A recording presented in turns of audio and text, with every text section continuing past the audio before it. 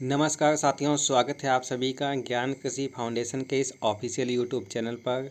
साथियों, आज के इस वीडियो के माध्यम से हम भारत की मृदा यानी कि इंडिया में कौन कौन सी सॉइल पाई जाती हैं, कहाँ पर पाई जाती हैं और जो मिट्टी है उसमें कौन सी फसल सबसे अधिक उपयोगी होती हैं, इन सभी बातों को इस वीडियो के माध्यम से हम डिस्कस करने वाले हैं।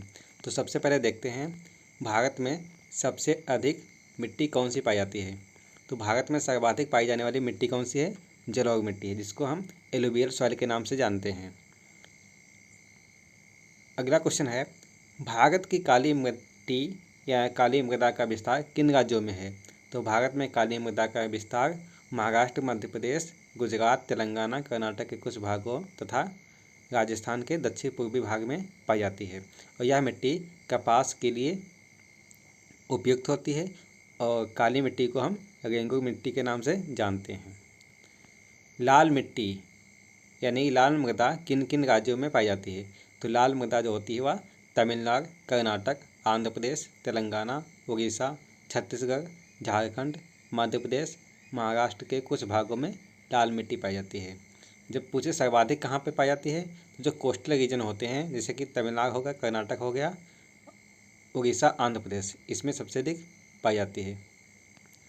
लाल एवं पीली मिट्टी की प्रमुख विशेषता क्या है? लाल एवं पीली में जो मृदा है उसकी विशेषता क्या है? तो इसमें लेह ऑक्साइड की मात्रा सबसे अधिक होती है, जिसकी वजह से इस मिट्टी का रंग जो होता है वो लाल या पीला होता है। यह अम्लीय और हल्की मिट्टी होती है। अगला क्वेश्चन है, लेटराइट मृदा का निर्माण किस प्रकार होता है? तो अधिक वर्षा के कारण तीव्र अपक्षय तथा पोषक तत्वों के घुल जाने से लेटराइट मिट्टी का निर्माण होता है। लेटराइट मिट्टी किन राज्यों में पाई जाती है? तो यह केरल, कर्नाटक, तमिलनाडु, महाराष्ट्र, उड़ीसा, पश्चिम बंगाल, असम, मेघालय तथा आंध्र प्रदेश के कुछ भाग में पाई जाती है। कौन सी मिट्टी? लेटराइट मिट्टी। क्वेश्चन नंबर 8 है, पर्वतीय मृदा किन क्षेत्रों में पाई जाती है? तो पर्वतीय मृदा जो होती है वह हिमालयी क्षेत्र, जम्मू कश्मीर से अरुणाचल प्रदेश तक और तथा दक्षिण के पठारी क्षेत्र में पर्वतीय मिट्टी पाई जाती है। मरुस्थलीय मिट्टी किन क्षेत्रों में पाई जाती है? तो मरुस्थलीय मिट्टी जो होती है वह राजस्थान, गुजरात का कच्छ जो है और राजस्थान में क्या थार का मरुस्थल के कुछ भागों में मरुस्थलीय मिट्टी पाई जाती है। जलौढ़ मृदा किन नदियों के मैदानों में पाई जाती है? तो जलौढ़ मिट्टी जो होती है गंगा, सिंध, ब्रह्मपुत्र तथा उनकी सहायक नदियों से जो मिट्टी का निर्माण होता है वह जलौढ़ मिट्टी होती है। भारत की मृदा की उर्वरकता बढ़ाने का उपाय क्या है? तो फसल चक्र अपनाते हैं, हरी खाद का प्रयोग करते हैं, जैविक खाद का प्रयोग करते हैं, गोबर की खाद का प्रयोग करते हैं, रासायनिक उर्वरक जो होते हैं उनका प्रयोग बहुत कम मात्रा में यानी कि संतुलित उपयोग करते हैं। मृदा संरक्षण, वनों का संरक्षण, समतलीकरण, कंटूर रोकना आदि जो उपाय होते हैं उनकी वो हमारे उपाय जो होते हैं मृदा उर्वरता को बढ़ाते हैं। काली मृदा किस प्रकार की फसल की खेती सबसे अधिक होती है? तो काली मिट्टी में सबसे अधिक खेती किसकी होती है? कपास के लिए। कपास के लिए सर्वाधिक उपयोगी होती है काली मिट्टी। जलौढ़ मृदा कौन कौन सी फसलों की प्रमुख फसलें होती हैं? कौन कौन सी प्रमुख फसलें होती हैं जो जलौढ़ मृदा में उपयोगी से अपना उत्पादन दे सकती हैं? तो गेहूँ, चावल, गन्ना, दलहन, तिलहन, सब्जियाँ, इन सभी फसलों को हम जलौढ़ मिट्टी यानी कि एलुवियल सॉइल में सबसे अधिक खेती करते हैं। लाल मृदा में कौन कौन सी फसलें होती हैं? मोटे अनाज वाली, दाल, तिलहन, कपास, जूट, गन्ना, चाय, कॉफ़ी आदि फसलों की खेती हम लाल मिट्टी में करते हैं। लेटराइट मृदा के लिए कौन कौन सी फसलें उपयोगी होती हैं? तो लेटराइट मृदा के लिए सबसे उपयोगी कौन सी? Plantation crop. एक सिंपल में याद कर लीजिए कि प्लांटेशन क्रॉप जो होती हैं वो लेटराइट मिट्टी के लिए सबसे अधिक उपयोगी होती हैं। प्लांटेशन क्रॉप कौन कौन सी होती हैं? वह चाय, कॉफ़ी, रबर, काजू, नारियल, सुपारी, मिर्च, केला, इन सभी फसलों की खेती हम लेटराइट मिट्टी में करते हैं।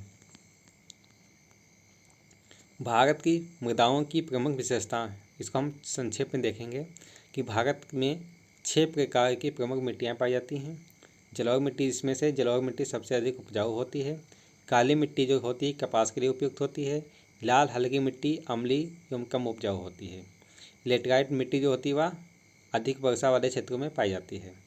पर्वतीय मृदा की उर्वरता ऊंचाई के साथ बदलती रहती है। मरुस्थलीय मृदा में ह्यूमस की मात्रा बहुत कम होती है। तो मृदा के निर्माण के लिए कौन कौन से फैक्टर यूज में आते हैं? तो क्लाइमेट होती है, ऑर्गेनिज्म होते हैं, रिलीफ होता है जिसको हम स्थलाकृत के नाम से जानते हैं, पेरेंट रॉक यानी कि पेरेंट मटेरियल जिसको हम मूल चट्टान के नाम से जानते हैं, टाइम यानी कि समय की भी आवश्यकता होती है, और टोपोग्राफी। टोपोग्राफी का मतलब स्थल की ढलान या आकृति कैसी है। इन सभी जो कारक होते हैं वो मिट्टी के निर्माण में सहायक होते हैं। अब देखेंगे प्रमुख मृदा एवं उसमें उगने वाली फसलें। तो सबसे पहले मृदा का नाम है जलौढ़ मिट्टी। तो जलौढ़ मिट्टी सबसे अधिक कहाँ पाई जाती है? इसका प्रमुख क्षेत्र कौन सा है? सिंधु, गंगा, ब्रह्मपुत्र के मैदानी भाग, पंजाब, हरियाणा। इसमें कौन कौन से स्टेट आते हैं? पंजाब, हरियाणा, उत्तर प्रदेश, बिहार, पश्चिम बंगाल, असम। ये सभी राज्य इस क्षेत्र में आते हैं। और इनकी मुख्य विशेषता क्या है? यह मिट्टी जो होती है सबसे अधिक उपजाऊ होती है। नदियों द्वारा लाई गई नवीन जलौढ़ मिट्टी और दोमट से लेकर बलुई दोमट तक मिट्टियाँ इसमें आती हैं। प्रमुख फसलें गेहूँ, चावल, गन्ना, दलहन, तिलहन, सब्जियाँ, जूट, मक्का आदि की खेती हम जलौढ़ मिट्टी में करते हैं। अगली मिट्टी है काली मिट्टी। तो काली मिट्टी कहाँ पाई जाती है? महाराष्ट्र, मध्य प्रदेश, गुजरात, तेलंगाना, कर्नाटक, राजस्थान के दक्षिण पूर्वी भाग। इसमें इसकी प्रमुख विशेषता क्या है? तो काली होती है, चिकनी भी होती है, और भाग यानी कि क्ले की मात्रा इसमें ज़्यादा होगी। नमी धारण की क्षमता सबसे अधिक होती है, यानी कि वाटर होल्डिंग कैपेसिटी सबसे अधिक किसकी होती है? काली मिट्टी की होती है। कैल्शियम कार्बोनेट, मैग्नीशियम युक्त इसमें साल्ट घुले होते हैं। कपास के लिए सबसे अधिक उपयोगी होती है। कौन सी? काली मिट्टी। इसमें कौन कौन सी फसलें उगाते हैं? कपास है, ज्वार, बाजरा, तिलहन, मूंगफली, गन्ना। इन सभी फसलों की खेती आसानी से कर सकते हैं। अगली मिट्टी है लाल एवं पीली मिट्टी। तो यह मिट्टी कहाँ पाई जाती है? तमिलनाडु, कर्नाटक, आंध्र प्रदेश, तेलंगाना, उड़ीसा, छत्तीसगढ़, झारखंड, मध्य प्रदेश, महाराष्ट्र के कुछ भाग में लाल एवं पीली मिट्टी पाई जाती है। इसकी विशेषता क्या होती है? लाल पीले रंग की, हल्की एवं अम्लीय होती है, लेह ऑक्साइड अधिक होता है, और ह्यूमस एवं चूना की कमी होती है। इसमें कौन कौन सी फसलें उपयोगी होती हैं? मूंगफली, तिलहन, दलहन, मोटे अनाज, जूट, गन्ना, चाय, कॉफ़ी आदि की खेती की जाती है। किसमें? लाल एवं पीली मिट्टी में। अगली मिट्टी है लेटराइट मिट्टी। तो लेटराइट मिट्टी जो कहाँ पे पाई जाती है? केरल, कर्नाटक, तमिलनाडु, महाराष्ट्र, उड़ीसा, पश्चिम बंगाल, असम, मेघालय, आंध्र प्रदेश के कुछ भाग में। जो कोस्टल रीजन होते हैं उसमें सबसे अधिक लेटराइट मिट्टी देखने को मिलती है। और इसकी विशेषता क्या है? अधिक वर्षा वाले क्षेत्रों में पाई जाती है, पोषक तत्व घुल जाते हैं, अम्लीय होती हैं मिट्टियाँ, और लोहे एवं एल्युमिनियम इसमें प्रचुर मात्रा में पाई जाती हैं। इसमें की प्रमुख फसलें कौन कौन सी हैं? चाय, कॉफ़ी, रबर, काजू, नारियल, सुपारी, मिर्च, केला आदि फसलों की खेती करते हैं। अगली मिट्टी है पर्वतीय मिट्टी। तो पर्वतीय मिट्टी कहाँ पर पाई जाती है? हिमालय क्षेत्र, जैसे कि जम्मू कश्मीर से लेकर अरुणाचल प्रदेश तक, और दक्षिण के कुछ पठारी भाग क्षेत्र जहाँ पर की ऊंचाई ज़्यादा होती है वहाँ पे पर्वतीय मिट्टी पाई जाती है। तो पर्वतीय मिट्टी जो होती है इसकी विशेषता क्या है?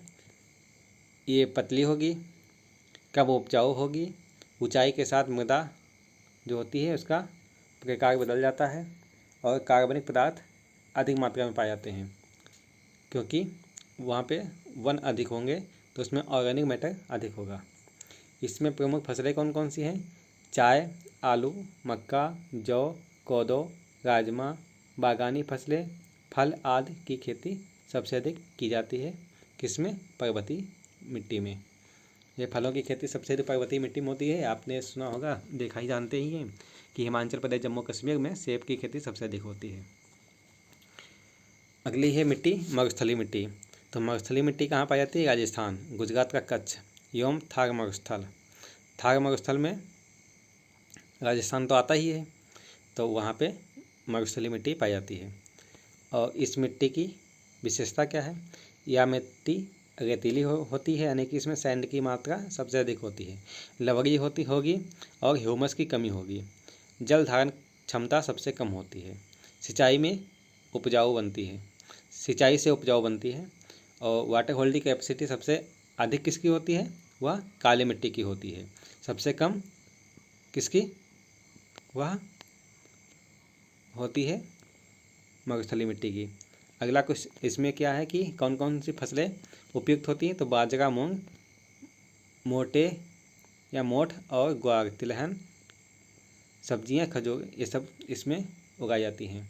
यानी कि जो फसलें कम पानी की आवश्यकता होती है, जिन फसलों को, वह फसलें आसानी से यहाँ पे उगाई जा सकती हैं।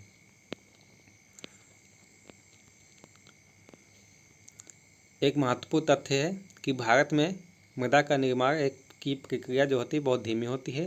1 सेंटीमीटर मृदा बनने में लगभग 100 से 1000 वर्ष लगते हैं। तो आज के सेशन में हम भारत की प्रमुख मिट्टी के बारे में चर्चा किए हैं। तो आप लोगों को ये वीडियो आशा करता हूँ कि बहुत पसंद आया होगा। मिलते हैं नेक्स्ट वीडियो में, तब तक के लिए जय हिंद, जय भारत।